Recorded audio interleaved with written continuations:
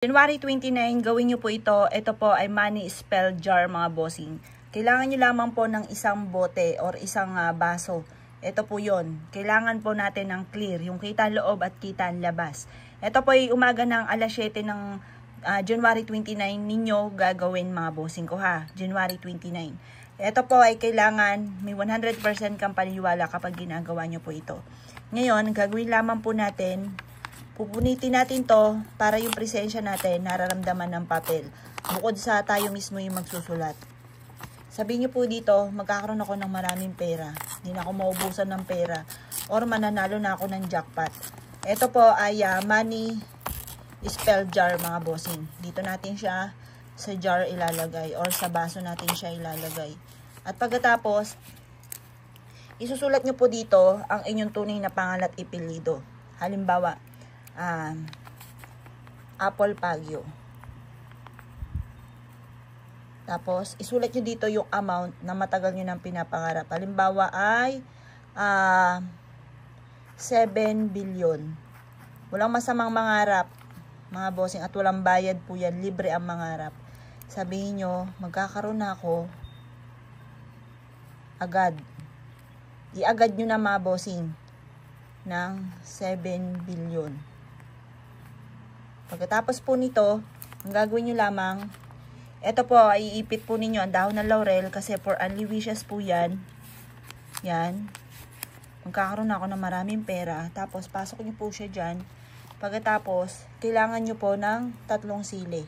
1, 2, 3. Yan. Bakit natin kailangan ng sili? Kasi ang sili, di ba, kulay pula? Ang pula ay nagtatawag ng swerte, nagtataboy ng malas. Tapos, yan po, yung sili, yung aroma niyan, di ba masangsang din po yan.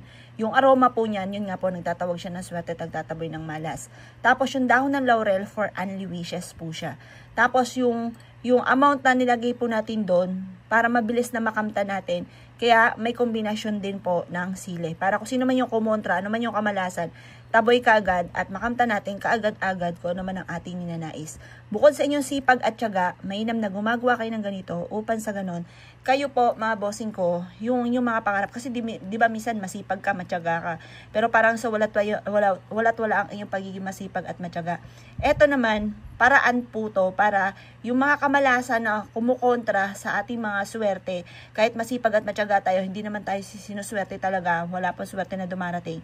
Eto, pantaboy siya ng kamalasan. Kaya mainam, meron tayo na mga ganito mga pamamaraan na pantaboy ng malas at bukod sa ating pagiging masipag at matyaga. Subukan nyo po ito. I-wish nyo po dito sa basong ito or sa bote ang inyong mga ninanais. Mas maganda pa nga pasigaw para kaagad nyo makamtan kung ano man ang ninanais. At ilagay nyo po ito sa altar po ninyo. Ito po ay good for 1 month. Tatapusin lang natin ang Chinese New Year mga bossing. Ito po mga bossing ko ay mainam, meron kayong ganito. Tapos itapon nyo na po siya, or kaya sunugin nyo po, ito na may dahon ng laurel, tapos yung sili, itapon nyo na siya, or kaya kung gusto, ipunla nyo po yan kasi maaari pang sumibol po yan. Tapos ito, hayaan nyo siya na mapawid ng hangin yung mismong pinag-usukan po nito. Proven po yan mga bossing. Basta gawin nyo po ito na may 100% na paniniwala at kayo mismo ay maa-amaze sa dami ng mga blessing na darating po sa inyo. Kaya kung ikinaniniwala at naisyo po itong gawin nyo na po ito at good luck po sa inyo po lahat.